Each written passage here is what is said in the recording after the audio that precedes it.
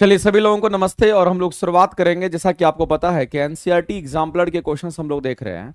और आप देखे होंगे कल भी हम आपको 10 क्वेश्चन कराए थे। और वैसे 10 क्वेश्चन, जिस 10 क्वेश्चन से आप 40 क्वेश्चन तक आप पहुंच सकते हैं। देखिए, मेरा टारगेट ये है कि एनसीईआरटी एग्जाम्पलर को बेहतरीन तरीके से करा दूं, ताकि उसके जो क्वेश्चंस आपके सामने अगर आएंगे तो आप रिलेट करके दो चार क्वेश्चंस और एक्स्ट्रा बना सकते हो। कल आपको 10 क्वेश्चन हम कराए थे, उसका भी हम बोर्ड पीडीएफ आपको भिजवा देंगे आज। 10 क्वेश्चन और एक्स्ट्रा आपका हो जाता है तो एक साथ ही भिजवा देंगे, नहीं गया होगा कल। क्योंकि कल हम लोग सिंपल पेंडुलम के क्वेश्चन को देखे थे। आज हम उससे रिलेटेड और भी क्वेश्चंस को देखेंगे, ताकि इससे रिलेटेड अगर सिंपल पेंडुलम का कोई भी क्वेश्चन अगर आपके सामने एग्जाम में आता है तो सारा वेरायटी का क्वेश्चन हम आपको इसमें करवा रहे हैं, ताकि आपके सारे क्वेश्चन आसानी से बन जाएंगे। तो चलिए मेरे भाई, और शुरुआत करते हैं आज के सेशन का।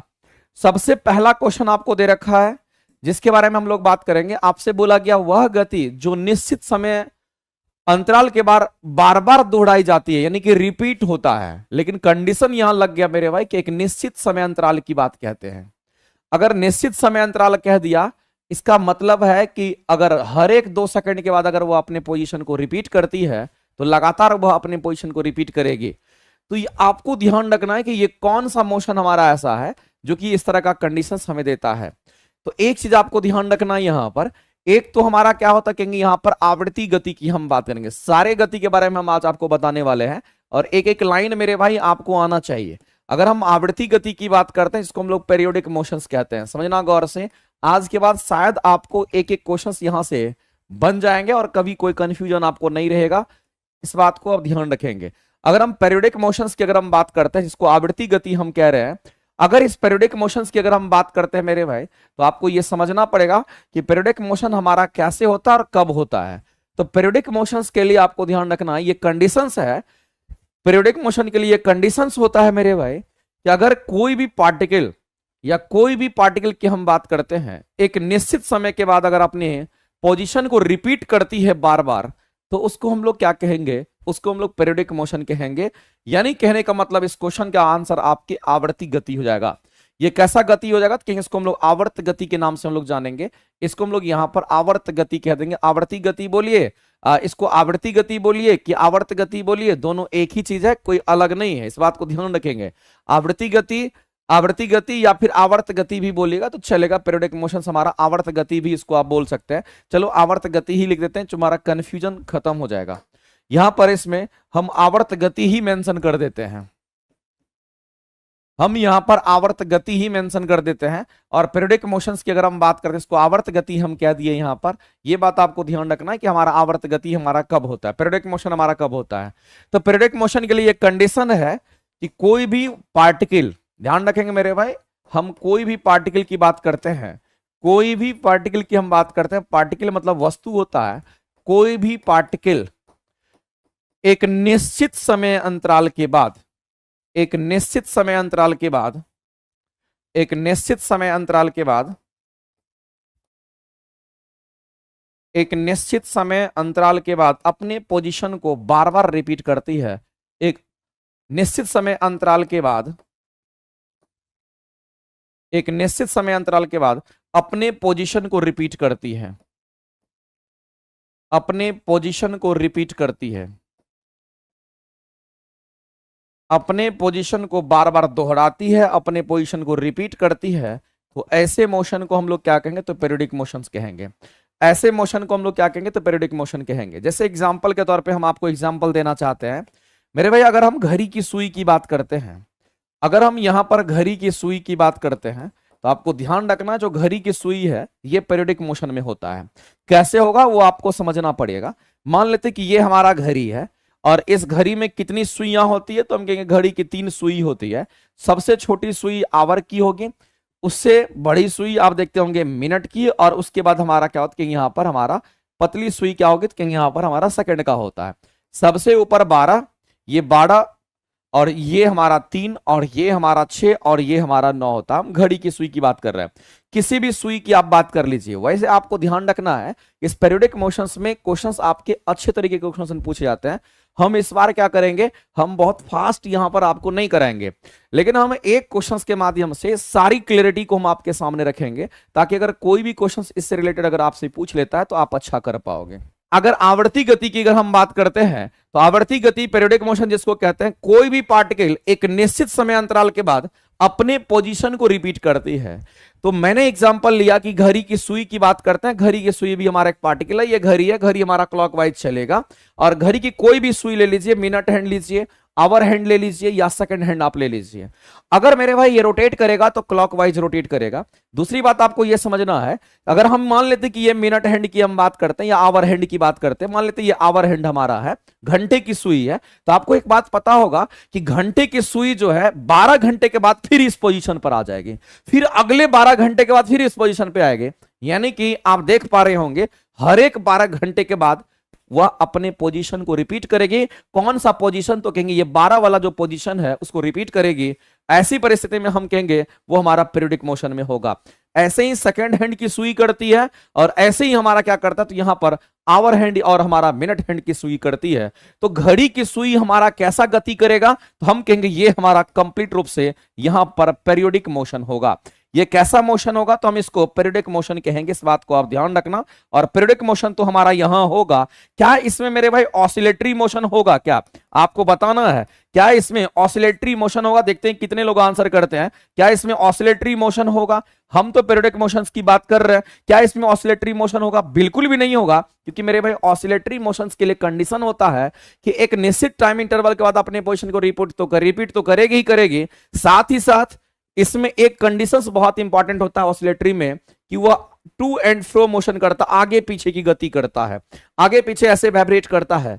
लेकिन मेरे भाई यहां पर घड़ी की सुई आगे धीरे धीरे बढ़ती चले जाती है, उसमें पीछे नहीं आता है। तो यहां पर हम कह सकते हैं कि जो ऑसिलेटरी मोशन हमारा ये नहीं करेगा, ये केवल और केवल कैसा मोशन करता है? पीरियोडिक मोशन करता है। तो घड़ी की सुई केवल और केवल कैसा कहेंगे? पीरियोडिक मोशन करेगा, केवल और केवल आवर्ती गति करेगा। ये ऑसिलेटरी मोशन हमारा नहीं होगा, दोलन गति नहीं होगा। इसको आवर्ती गति कहेंगे, इसको दोलन गति कहेंगे। दोलन गति हमारा दोलन नहीं करता है, हमारा क्या करता है? कहेंगे आवर्ती गति में होता है। दूसरी बात मैं आपको बता देना चाहता हूं मेरे भाई कि घड़ी की सुई की अगर हम बात करते हैं तो घड़ी की सुई में तीन तीन तरह की सुइयां होती है और घड़ी के तीनों सुई पर क्वेश्चंस पूछता है। अगर हम यहां पर आवर हैंड की बात करते हैं, समझना गौर से, बहुत काम का चीज हम आपको बता रहे हैं और इस चीज को एकदम ध्यान में रखना है। इस चीज को मेरे भाई अगर आपको ध्यान रखना है तो आप यहां से ध्यान में रख सकते। अगर हम आवर हैंड की बात करते हैं, अगर हम घंटे वाली सुई की बात करते हैं, तो आपको ध्यान रखना है कि इस घंटे वाली सुई की अगर हम बात करते हैं तो जो घंटे वाली सुई की अगर हम बात करते हैं, ये जो घंटे वाली सुई है मेरे भाई, अगर हम इसकी बात करते हैं, इसका आवर्तकाल अगर कभी भी आपसे पूछ लेता है कि घंटे वाली सुई का आवर्तकाल कितने देर का होगा, ये भी क्वेश्चंस आपको आता है।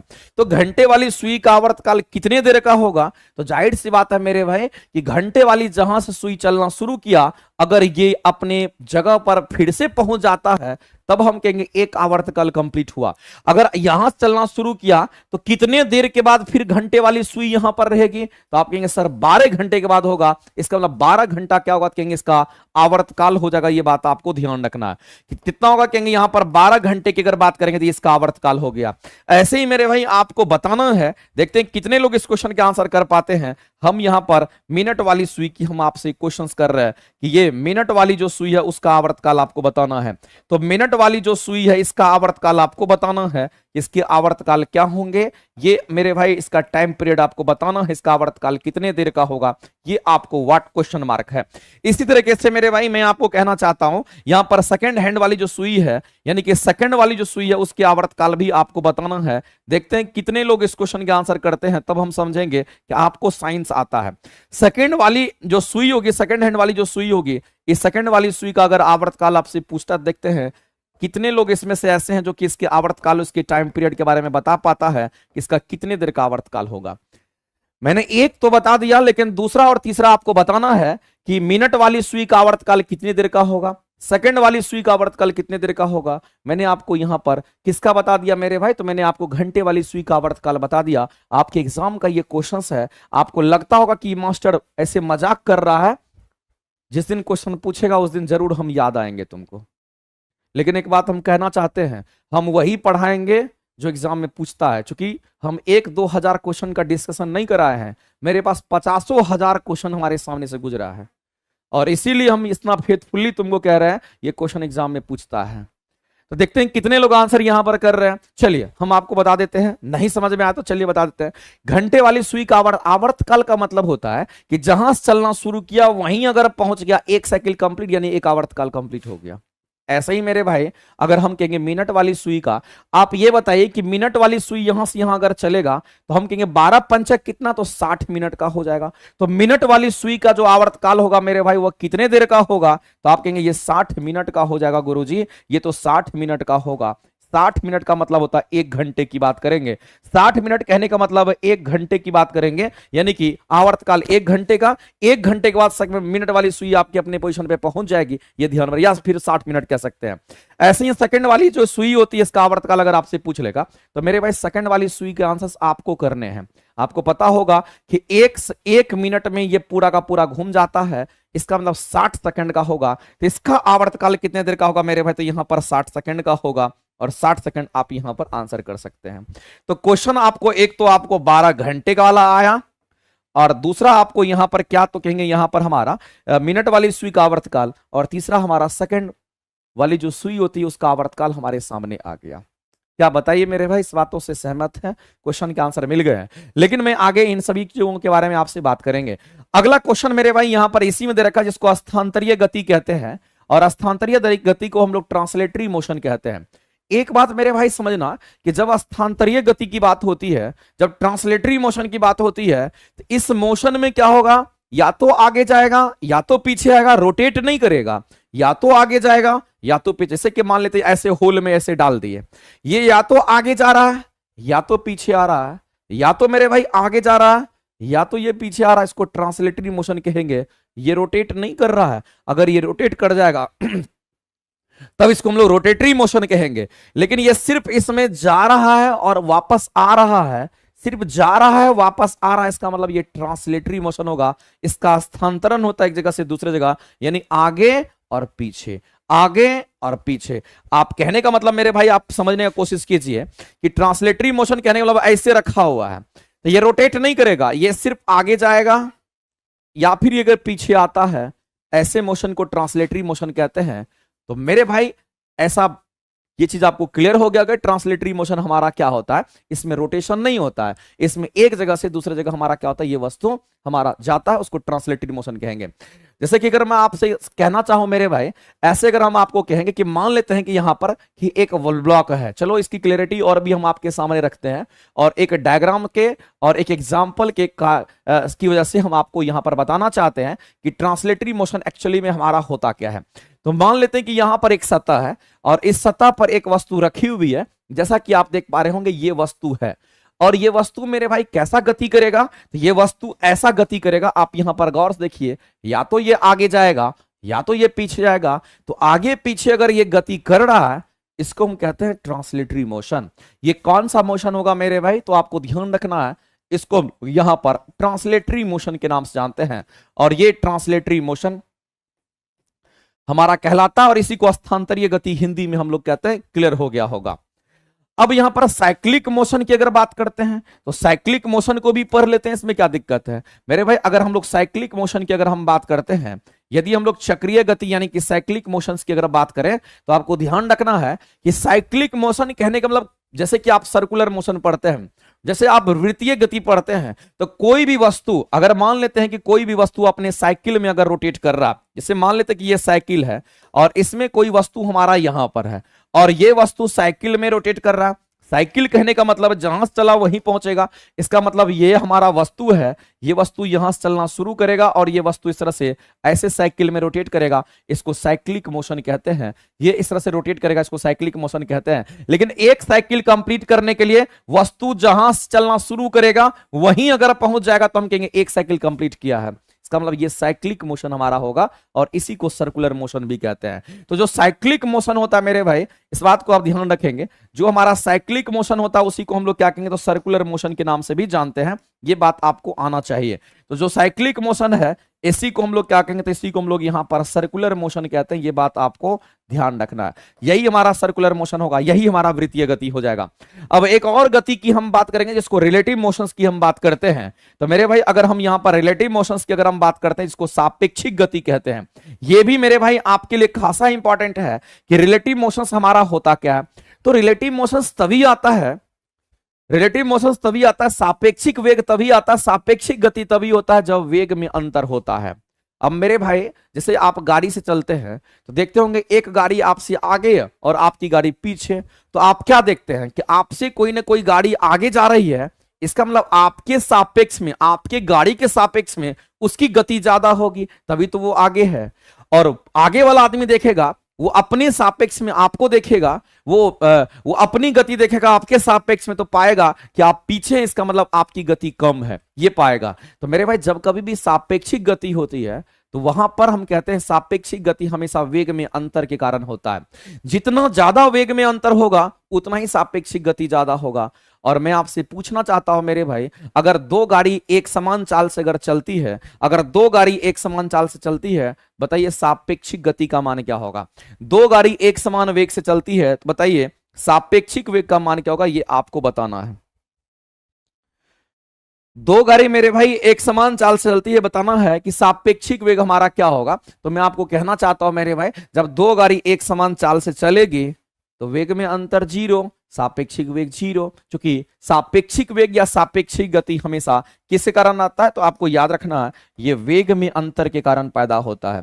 ये किसके कारण, तो कहेंगे यहां पर वेग में अंतर के कारण ये पैदा होता है। एक लाइन में आप जान लीजिए, वेग में अगर अंतर है, वेग में अंतर के कारण यह पैदा होता है। अगर वेग में अंतर ज्यादा है, अगर वेग में अंतर ज्यादा है तो हम कहेंगे सापेक्षिक गति ज्यादा है। अगर वेग में अंतर कम है तो सापेक्षिक गति कम है। अगर वेग एक समान है तो सापेक्षिक गति का मान शून्य होता है। यह बात आपको ध्यान रखना है, ठीक है। अगर हम इसको एग्जांपल के तौर पर अगर हम बताना चाहें मेरे भाई, हम कहेंगे अगर सापेक्षिक गति को अगर लिखना चाहें तो velocity of A with respect to B, यानी कहने का मतलब हमको वेलोसिटी ए का चाहिए, किसके रिस्पेक्ट में, तो बी के रिस्पेक्ट में। याद रखना जो पहले होता है उसकी गति निकालते हैं और जो बाद में होता है उसके सापेक्ष निकालते हैं। इसको लिखने का तरीका होगा मेरे भाई वी ए माइनस, हम लोग क्या लिखेंगे तो वी भी लिखते हैं। तो वेग में अंतर ही सापेक्षिक वेग हमारा होता है। अगर मेरे भाई इसको हम ऐसा बोल दे तो क्या होगा, तो कहेंगे velocity of B with respect to A, यानी ए के सापेक्ष बी की गति कितनी होगी, तब आप यहां पर भी बी माइनस यहां पर भी ए करेंगे। लेकिन याद रखना ये सब चीजें हमेशा मॉड में होता है, यानी इसकी वैल्यू हमेशा आपको पॉजिटिव मिलेगा। ये बात आपको यहां पर जहन में डालना पड़ेगा। तो सापेक्षिक गति हमेशा पॉजिटिव मान देता है, इस बात को आप ध्यान रखेंगे। और इसी तरीके से हम लोग कैलकुलेट करते हैं। तो मुझे लगता है कि मेरे भाई ये 4-5 तरह की जो गति है ये कहीं ना कहीं आपको बुझा गया होगा। आगे चलते हैं, अगला क्वेश्चन आपके सामने में दे रखा है, कह रहा है कि दो ये जितने भी क्वेश्चंस आप देख रहे हैं ये सभी क्वेश्चंस आपके एनसीईआरटी एग्जाम्पलर का है। हम आपको कहना चाहते हैं मेरे भाई कि जितने लोग लाइव हो सभी लोग एक बार सेशन को लाइक कर दो। अगर तुम्हारा साइंस अभी वीक है तो हम तुमसे हाथ जोड़ करके विनती करते हैं, क्योंकि मेरे भाई आपको पता है कि यही 1 साल नौकरी लेने का है। इसी 1 साल में अगर आप पिछड़ गए तो फिर पता नहीं कि सरकार वैकेंसी कब देगी, कितनी कम वैकेंसी आएगी, तुम सोच भी नहीं सकते हो।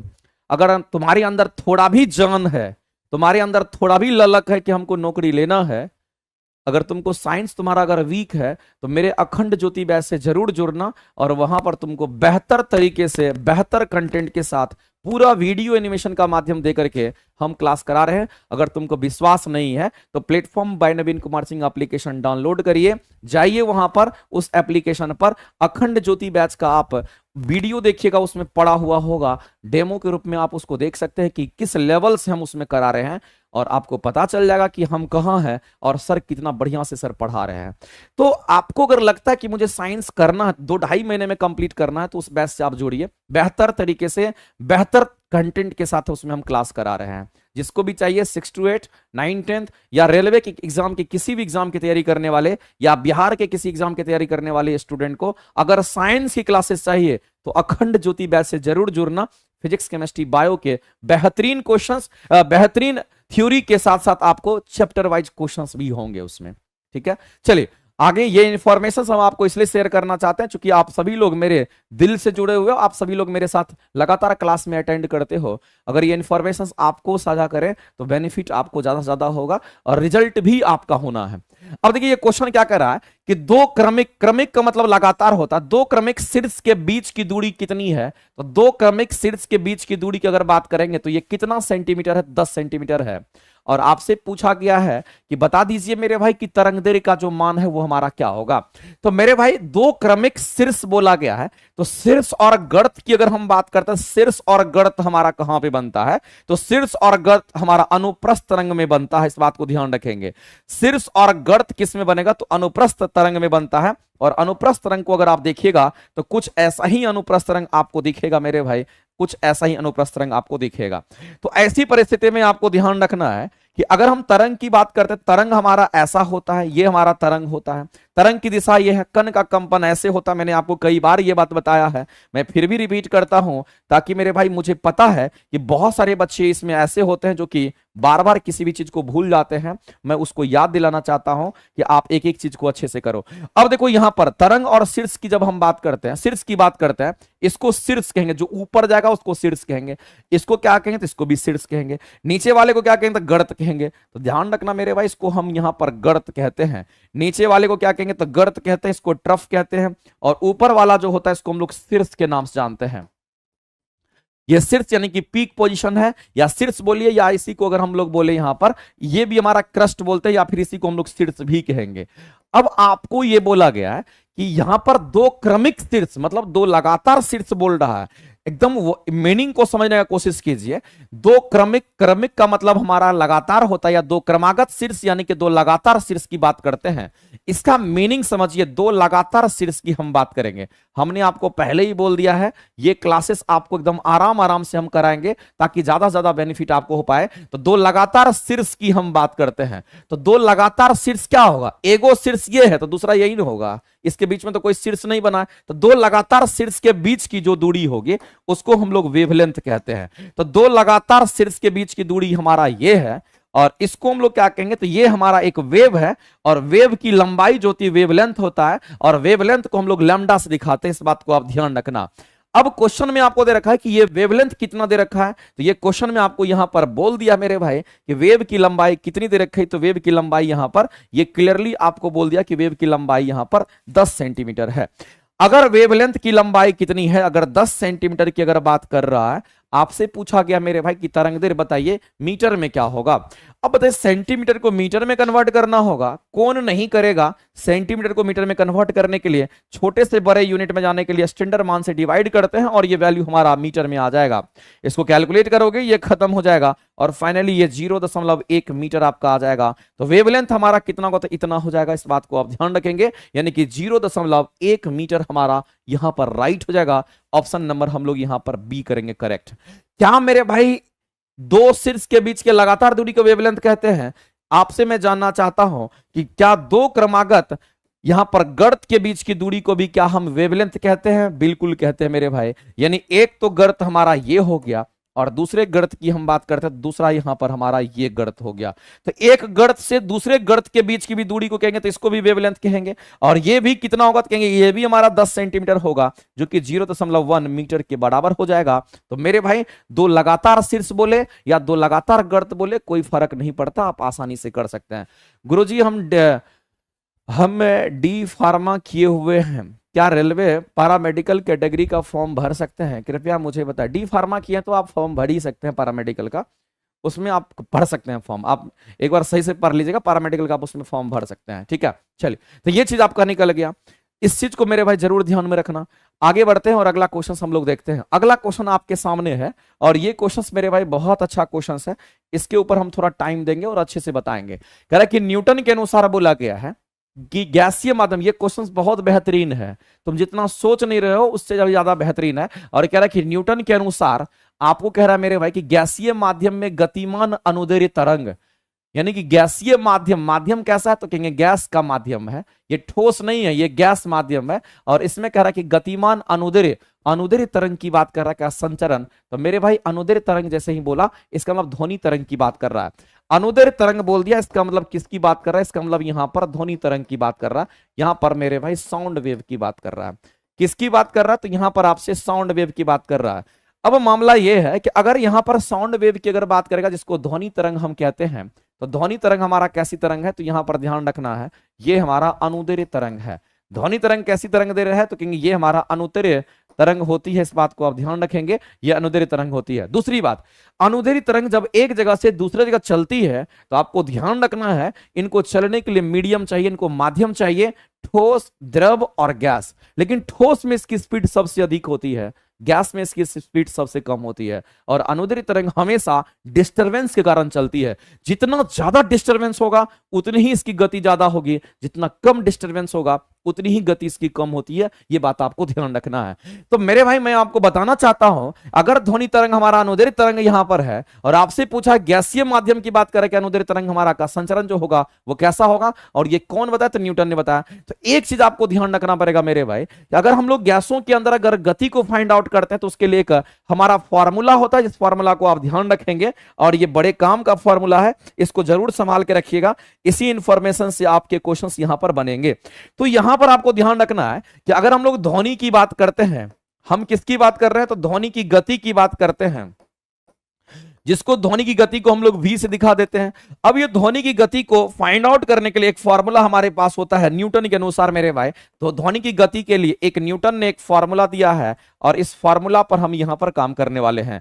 तो न्यूटन ने जो फॉर्मूला दिया है, न्यूटन के अनुसार अगर हम बात करें मेरे भाई, तो न्यूटन के अनुसार ये पूछता भी है, न्यूटन के अनुसार कौन सा गति का फॉर्मूला है? तो न्यूटन के अनुसार जो गति का फॉर्मूला हमारा होता है वो v इक्वल टू हमारा अंडर रूट में क्या होगा? क्योंकि यहां पर p अपॉन में रो होता है। मेरे भाई आपको यह समझना पड़ेगा कि v हमारा क्या? तो कहेंगे हमारा वेलोसिटी ऑफ साउंड है, यानी कि v हमारा क्या? तो ध्वनि की गति है। और p क्या है? तो कहेंगे यहां पर दाब है। और रो क्या है? यहां पर तो हम कहेंगे ये घनत्व है। ये किसी गैस के लिए है मेरे भाई। इस बात को मैं एक बार फिर से रिपीट कर देना चाहता हूं, ये ध्वनि की गति की अगर हम बात करते हैं तो ये यहां पर किसी गैस के लिए आपको ऐसा दे रखा है, ये आपको यहां पर गैस के लिए दे रखा है। तो ये ध्वनि की गति हमारा होता है। आप किसी में भी इसको लागू कर सकते हैं, गैस, ठोस, द्रव सब में लागू कर सकते हो, कोई दिक्कत नहीं है। ये हमारा न्यूटन साहब के साहब ये फॉर्मूला, कई बार तो ये फॉर्मूला ही पूछ लेता है कि ध्वनि की गति के लिए formula v equal to under root p upon में रो होता है। अब यहां पर समझना मेरे भाई कि अगर हम इस p की बात करते तो ये p क्या है? हमने आपको पहले ही बता दिया है। आज जो भी क्लासेस चलेगी मेरे भाई वो आपको आराम आराम से चलेगी, और इसमें हम लोग बहुत कुछ सीखने वाले हैं, क्योंकि क्वेश्चन एग्जाम में आते हैं और यही इजी इजी चीज हमारे से गलती हो जाता है, ये गलती नहीं करना है। दूसरा बात, अगर हम रो की बात करते हैं जिसको हम लोग यहाँ पर घनत्व कहते हैं, जिसको डेंसिटी कहते हैं, और घनत्व की अगर बात करें तो इसको हम लोग इंग्लिश में यहाँ पर डेंसिटी का टर्म बोलते हैं। ये हमारा डेंसिटी का टर्म होता है। अब मामला क्या है मेरे भाई, अगर ध्वनि की गति की बात करते हैं तो ध्वनि की गति बोले या अनुदैर्ध्य तरंग बोले, आपको ध्यान रखना ये दाब पर निर्भर नहीं करता है। इस बार भी बीपीएससी 3.0 में एक क्वेश्चन पूछा गया था कि दाब को अगर हम बढ़ा देंगे 3 गुना, 4 गुना, 5 गुना, 1000 गुना, लाख गुना, करोड़ गुना, कितना भी दाब बढ़ा दीजिए, ध्वनि की गति पर कोई फर्क नहीं पड़ेगा। अगर पहले 343 था अभी भी 343 होगा। ये क्वेश्चन आपके एग्जाम में पूछा गया है। तो मेरे भाई मैं आपको यहां पे बता देना चाहता हूं, ये दाब जो है, इस दाब पर याद रखना कि ध्वनि की गति निर्भर नहीं करती है। दाब पर ध्वनि की गति निर्भर नहीं करती है, याद रखना। अगर दाब की बात करते हैं, इस दाब पर ध्वनि की गति निर्भर नहीं करती, ये लाइन आपको ध्यान रखना। ध्वनि की गति निर्भर नहीं करती, ध्वनि की गति यहां पर निर्भर, ध्वनि की गति यहां पर निर्भर नहीं करती है। ये लाइन मेरे भाई आपको ध्यान रखना, ध्वनि की गति यहां पर निर्भर नहीं करती, ये लाइन आपको ध्यान रखना है। चाहे दाब कितना भी हो जाए फर्क नहीं पड़ता है। तो मेरे भाई जब ये कांस्टेंट हो गया, जब इस पर निर्भर नहीं ही करेगा, तो हम यहां से एक रिलेशंस को फाइंड आउट कर सकते हैं कि v अगर ये हमारा कांस्टेंट हो गया तो हम कह सकते हैं यहां पर v व्युत्क्रमानुपाती अंडर रूट में हमारा रो यानी कि घनत्व का हो गया। तो कहीं ना कहीं घनत्व पर निर्भर करता है। ये किस पर कर रहा है? तो कहेंगे घनत्व पर हमारा निर्भर करता है। ये चीज हमारे सामने यहां पर आ गया। अब यहां पर बात करते हैं मेरे भाई कि न्यूटन ने जो ये रिलेशंस दिया है, ये न्यूटन ने मेरे भाई जो रिलेशंस दिया है v equal to under root p upon में रो, ये वाला जो रिलेशंस लेकर के आया है न्यूटन ने, ध्यान रखना मेरे भाई ये फॉर्मूला हमारा तभी वैलिड होगा, ये फॉर्मूला हमारा तभी वैलिड होगा, हम कहेंगे एट, यहां पर हम कहेंगे हमारा टेम्परेचर क्या होना चाहिए, टेम्परेचर कांस्टेंट पर ये हमारा क्या होता है, कहेंगे यहां पर वैलिड होता है, यानी कि कांस्टेंट टेम्परेचर पर ये हमारा वैलिड होता है। इस बात को आप ध्यान रखेंगे, ये फॉर्मूला मेरे भाई ध्यान रखना कि कांस्टेंट टेम्परेचर पर वैलिड है। कांस्टेंट टेम्परेचर पर ये हमारा वैलिड होता है। ये लाइन आपको ध्यान रखना है, ये लाइन आपको ध्यान रखना। कांस्टेंट टेम्परेचर पर वैलिड वाला formula V equal to √P/ρ होगा, ये आपको ध्यान में रखना पड़ेगा। और ये फॉर्मूला पूछ लेगा, पते नहीं रहेगा। कांस्टेंट टेम्परेचर पूछ लेगा, पते नहीं रहेगा। ये पूछ लेगा, पते नहीं रहेगा। ये पूछ लेगा, पते नहीं रहेगा। क्या करोगे? कुछ नहीं होगा, पढ़ना पड़ेगा। और बेसिक लेवल पर जब तक तैयारी नहीं रहेगी, ई पढ़ लिया, ई पढ़ लिया, ई पढ़ लिया, ई पढ़ेगा के, ई के पढ़ेगा, इतना तो पढ़ना पड़ेगा ना तुमको। ई नहीं पढ़ेगा तो रिजल्ट कहां सोच रहे हो? 5 ऑप्शन बीपीएससी लेकर के आता है। बीपीएससी 1-2 क्वेश्चन का आंसर नहीं पूछता है, बीपीएससी 5 क्वेश्चन जोड़ करके पूछता है आपसे। और आप समझ लीजिए इतना आसान नहीं है करना। करिएगा तो बहुत प्यार से, नहीं करिएगा तो बहुत बुरा स्थिति हो जाएगा। तो मेरे भाई आप बताइए कि अगर आपसे न्यूटन के अनुसार गैसीय माध्यम में गतिमान अनुदैर्ध्य तरंग का जो संचरण हमारा होता है उसके लिए फॉर्मूला ये है, और ये कांस्टेंट टेम्परेचर पर डिफाइंड है। अगर ये कांस्टेंट टेम्परेचर पर डिफाइंड है, अगर ये कांस्टेंट टेम्परेचर पर डिफाइंड है, तो कांस्टेंट टेम्परेचर का मतलब होता है एक समान तापमान। इसका मतलब ही होता है एक समान तापमान, इसका मतलब ही होता है एक समान तापमान। अब मेरे भाई काम आसान हो गया। अब एक समान तापमान की बात करेगा तो आपके सामने यहां दे रखा आइसोथर्मल प्रोसेस। आइसोथर्मल प्रोसेस में सम का मतलब एक समान और तापीय का मतलब तापमान, यानी एक समान तापमान को ये रिप्रेजेंट कर रहा है। ये किसको तो कहेंगे, ये एक समान तापमान को रिप्रेजेंट करता है, इस बात को ध्यान रखना। ये किसको रिप्रेजेंट करेगा तो कहेंगे यहां पर सम का मतलब होता है एक समान और तापीय का मतलब होता है यहां पर तापमान, यानी एक समान तापमान को रिप्रेजेंट करेगा। तो इस क्वेश्चन का अगर आंसर करने के लिए जाएंगे मेरे भाई तो ऑप्शन नंबर हमारा यहां पर ए करेक्ट हो जाएगा, ऑप्शन नंबर ए आपका राइट हो जाएगा। और ये क्वेश्चंस आपको ध्यान रखना है, आपके एनसीईआरटी एग्जाम्पलर में है और मे भी मुझे लगता है कि क्वेश्चंस आंसर यहां पर क्वेश्चंस पूछने की संभावना 100% ज्यादा है। अभी आपके एग्जाम में इस पर क्वेश्चन पूछा था, आपके एग्जाम में इस पर भी क्वेश्चन पूछ सकता है, आपके एग्जाम पर ई लाइन भी पूछ सकता है जो क्वेश्चन दे रखा है। तब वहां पर मुंह बना करके बैठ जाना, कुछ नहीं होगा। ठीक है, तो मेरे भाई जितने लोग लाइव देख रहे हो, अगर तुम्हारा बेसिक साइंस में एकदम खराब है, हम तो कहेंगे या तो मेहनत खूब करो, नहीं तो सदा के लिए छोड़ दो, पूरा छोड़ दो कि मेरे से हो भी नहीं करेगा। अगर तो हुकी थोड़ा भी हुकी है कि हम कर लेंगे तो जान जी लगा दो, 1,60,000 वैकेंसी तुम्हारे सामने है। हमसे पढ़ो कि किसी और से पढ़ो, कहीं भी पढ़ो, पढ़ना पड़ेगा तभी रिजल्ट होगा, अदरवाइज मुश्किल है। इसलिए हम कह रहे हैं मेरे भाई बार बार कि आप लोग लगातार पढ़ते हैं और लगातार मेहनत करते हैं, आपका रिजल्ट होना चाहिए। दूसरी बात मेरे भाई, इस क्वेश्चन के माध्यम से हम दूसरा क्वेश्चन को भी सीखेंगे। एक बात आप जान लीजिए, अगर समतापी प्रक्रम की अगर बात करता है, जिसको समतापीय प्रक्रम कहते हैं मेरे भाई, एक क्वेश्चन हम आपको बताना चाहेंगे। बीपीएससी इधर एक क्वेश्चन पूछी थी और अच्छे लेवल के एग्जाम में ये पूछे थे क्वेश्चन कि मान लेते हैं गाड़ी का टायर है और टायर में हवा भरा हुआ है और अचानक अगर टायर फट जाता है तो बताइए इसमें से कौन सा प्रोसेस हमारा काम करेगा? क्या वो आइसोथर्मल होगा, क्या वो रुद्धोष्म का एडियाबेटिक होगा, क्या वो मेरे भाई यहां पर आधा पार्शियल हमारा आइसोथर्मल और पार्शियल एडियाबेटिक होगा? क्या इसमें से कोई नहीं होगा? ऐसा भी क्वेश्चन पूछा गया था। तो मैं आपको बता देना चाहता हूं मेरे भाई, इसके पीछे कंसेप्ट है। अगर कंसेप्ट नहीं रहेगा, दुनिया की कोई ताकत नहीं आपको क्वेश्चन सॉल्व करवा सकता है। अगर टायर फटता है, अचानक टायर अगर फटता है तो बताओ कौन सा प्रोसेस होगा? मैं जानना चाहता हूं आपके क्वेश्चन का, आपके आंसर का इंतजार मैं कर रहा हूं। देखते हैं कितने लोग आंसर करते हैं। वाह क्या बात है, रुद्धोष्म प्रक्रम, थैंक यू, सैल्यूट है मेरे भाई, आपने आंसर सही किया। रुद्धोष्म प्रक्रम हम लोग आंसर करेंगे। गाड़ी का टायर अगर अचानक फट, बीपीएससी का क्वेश्चन है, गाड़ी का टायर अगर अचानक फटता है वह कौन सा प्रोसेस होगा? रुद्धोष्म प्रक्रम। हम कैसे इसको डिफाइन करेंगे? तो मेरे भाई आपको मैं बता देना चाहता हूं, गाड़ी के टायर के अंदर एयर भरा होता है और बहुत ज्यादा प्रेशर पर होता है। जैसे ही कहीं लीकेज होगा, इतना तेज गति से वो गैस बाहर निकलता है, इतना तेज गति से वो हवा निकलता है, उसको उष्मा संचरण करने का मौका ही नहीं मिलता है। जब उष्मा संचरण करने का मौका नहीं मिलेगा तो हम कहेंगे उष्मा संचरण का मान 0 हो जाएगा, और जब उष्मा संचरण का मान 0 हो जाएगा तो ऐसे प्रोसेस को हम रुद्धोष्म प्रक्रम कहते हैं। यही बात होता है मेरे भाई, इसके पीछे का यही कंसेप्ट होता है। आप 1000 बच्चों को पूछना, ये नहीं बताएगा तुमको, लेकिन अगर तुम मेरे क्लास में हो तो हम तुमको ये सियोरिटी के साथ कहते हैं, तुम एक्स्ट्रा ऑर्डिनरी जरूर बनोगे, तुमको हर एक चीज का कंसेप्ट तुमको मिलेगा। तो मेरे भाई ये सब रट रखा होगा, हमको पता है कि सब रट लिया होगा, लेकिन उसको ये नहीं पता होगा कि एडियाबेटिक प्रोसेस में हमारा या रुद्धोष्म प्रक्रम में उष्मा संचरण का मान 0 होता है और इतना फास्ट गैस निकलेगा, इतना फास्ट गैस निकलेगा कि उसको उष्मा संचरण करने का मौका ही नहीं मिलेगा।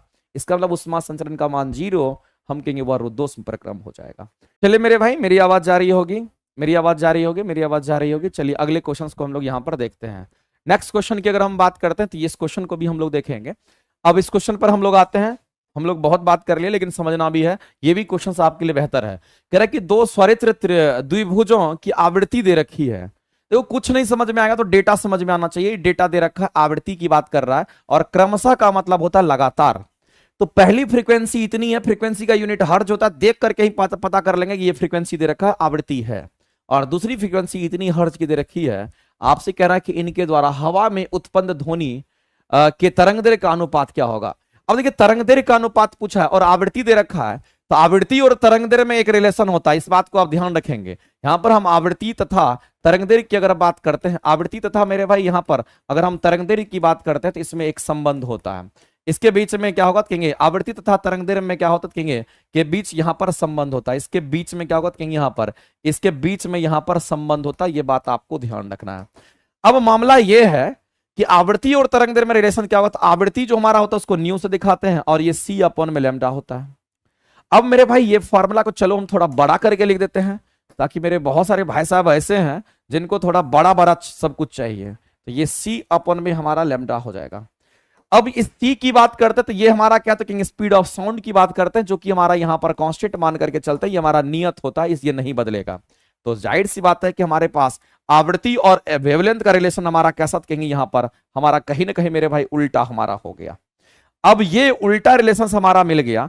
इसको लिखने का तरीका मेरे भाई, अगर आपसे तरंगदैर्घ्य का अनुपात पूछा गया है, कुछ नहीं बोला है, तरंगदैर्घ्य का सिर्फ अनुपात पूछा है, तब आप कहेंगे सर अगर इसको लैम्डा 1 अनुपात में अगर लैम्डा 2 लिखेंगे ना सर, तो लिखना पड़ेगा क्योंकि ये दोनों उल्टा है सर। तो अगर लैम्डा 1 अनुपात में लैम्डा 2 लिख रहे हैं तो जाहिर सी बात है यहां पर आपको न्यू 2 अपॉन में न्यू 2 1 लिखना पड़ेगा, यानी आवृत्ति 2 अपॉन में आवृत्ति 1, क्योंकि आवृत्ति और वेवलेंथ दोनों उल्टा है। ये लिखने का तरीका है।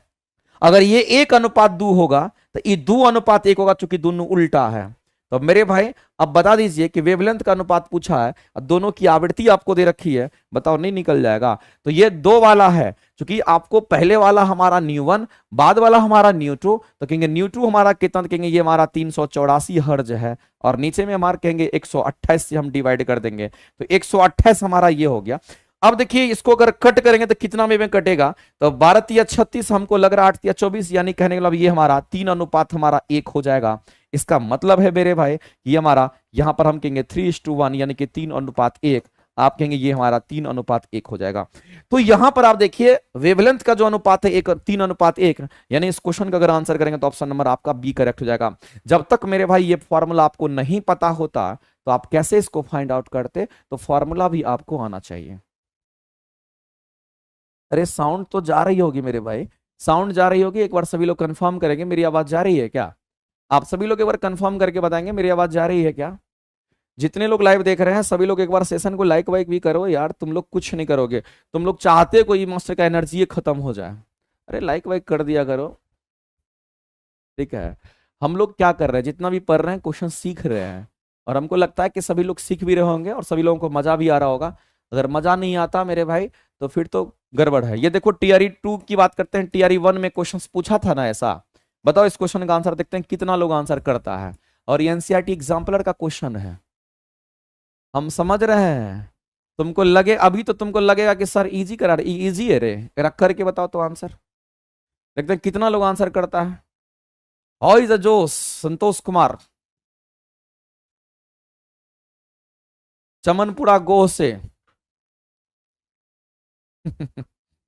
चले मेरे भाई इस क्वेश्चन के आंसर हम चाहेंगे कि आप सभी लोग दीजिए। अच्छा क्वेश्चन है। एक ध्वनि तरंग का समीकरण दे रखा है, यानी कि साउंड वेव का आपको एक क्वेश्चन दे रखा है, और साउंड वेव का जो समीकरण है वो आपको y इक्वल टू इतना इतना इतना इतना इतना प्लस में इतना आपको दे रखा है, ठीक है। तो इस इक्वेशन को हम पहले लिखिए लेते हैं। हमारे पास जो यहाँ पर वेव इक्वेशन है वो हमारा क्या है, तो ये हमारा साउंड वेव का इक्वेशन है। y इक्वल टू कितना है, तो कहेंगे यहाँ पर 0.0015, साथ में साइन का मल्टीप्लीकेशन है, साइन हमारा 62.4, और यहां पर हमारा x प्लस में क्या है, तो कहेंगे प्लस में यहां पर हम कहेंगे यहां पर 316 इंटू टी हमारा है, और ये हमारा इक्वेशंस है। मेरे भाई मैं आपको क्या बोल रहा हूं, टियरी 2 में आप देखें, टियरी 1 में आप देखेंगे ये क्वेश्चंस पर आ चुका है। तो मैं आपको कहना चाहता हूं, अगर मेरे भाई इस इक्वेशंस को आप गौर से देखिएगा, ये साउंड वेव का इक्वेशंस है। अब इस इक्वेशंस को अगर हम लोग यहां पर देख रहे हैं, क्या इस इक्वेशंस को हम लोग ऐसा लिख सकते हैं? इसी को अगर लिखना चाहें तो क्या हम इसको ऐसा लिख सकते हैं, y इक्वल टू, इस टर्म को हम a कह देते हैं क्योंकि ये एम्पलीट्यूड को दिखाता है, ये a साइन। और क्या इसको हम लोग ऐसा लिख सकते हैं मेरे भाई, यहां पर हमारा ये 64 हमारा है, तो क्या इसको हम लोग k इंटू एक्स और प्लस में हमारा क्या होगा, कहेंगे ओमेगा इंटू टी हम लोग लिख सकते हैं क्या? बिल्कुल लिख सकते हैं। अब देखो के एक्स प्लस ओमेगा टी लिखिए कि ओमेगा टी प्लस के एक्स लिखिए, कोई फर्क नहीं पड़ता है, बोथ आर सिमिलर, दोनों सेम होते हैं। आप ओमेगा टी को पहले लिखिए, के एक्स को बाद में लिखिए, या के एक्स को पहले लिखिए, ओमेगा टी को बाद में लिखिए, कोई फर्क नहीं पड़ता है। लेकिन इसको देखते के बाद पता चल गया, अगर ये एक्स है तो ये ओमेगा हो, सॉरी ये अगर एक्स है तो ये के होगा, और ये टी है तो यहां पर ओमेगा होगा, क्योंकि टी के साथ ओमेगा, एक्स के साथ के, और ये हमारा ए हो गया। तो कई बार तो मेरे भाई क्वेश्चंस ये भी पूछ लेता है कि एम्पलीट्यूड कितना होगा उस वेव इक्वेशन का। तो अगर आपसे एम्पलीट्यूड की अगर बात करता है, अगर आपसे यहां पर आयाम की बात करता, अगर आपसे एम्पलीट्यूड की अगर बात करता है, तो ऐसी परिस्थिति में एम्पलीट्यूड को हम लोग ए से दिखाएंगे, और इस वेव इक्वेशंस में ए के बराबरी में क्या दे रखा है उसको हम लोग डायरेक्ट लिख देंगे, और हम कहेंगे इसका 0.0015 हमारा एम्पलीट्यूड हो गया। एकदम सिंपल, एम्पलीट्यूड बताना कोई बहुत बड़ी बात नहीं है, आप आसानी से कर सकते हो। लेकिन आगे चलते हैं, एक क्वेश्चन तो आपका यहां से आपका फ्रेम हो गया।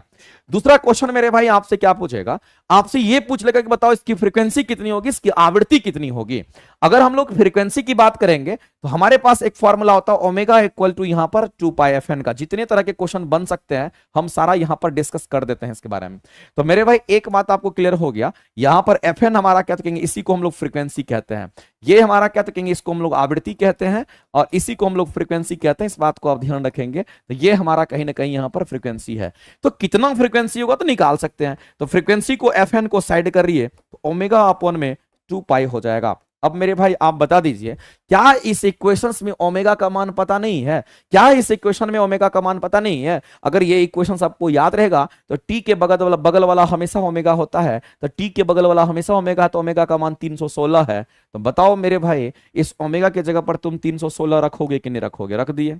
अब 2 हो गया, और यहां पर अगर हम पाई की बात करते हैं तो पाई का वैल्यू 3.14, या फिर आप 22/7 जो लिखना चाहते हैं आप लिख दीजिए, और इसको कैलकुलेट करोगे तो इसकी फ्रीक्वेंसी कितनी आ जाएगी। मैं डायरेक्ट यहां पर डेटा आपको लिख देता हूं मेरे भाई, क्योंकि उतना कैलकुलेशन करने का मेरे पास तो समय नहीं है, लेकिन आपको बताना पड़ेगा कि यहां पर इस क्वेश्चन के आंसर हमारे क्या होंगे।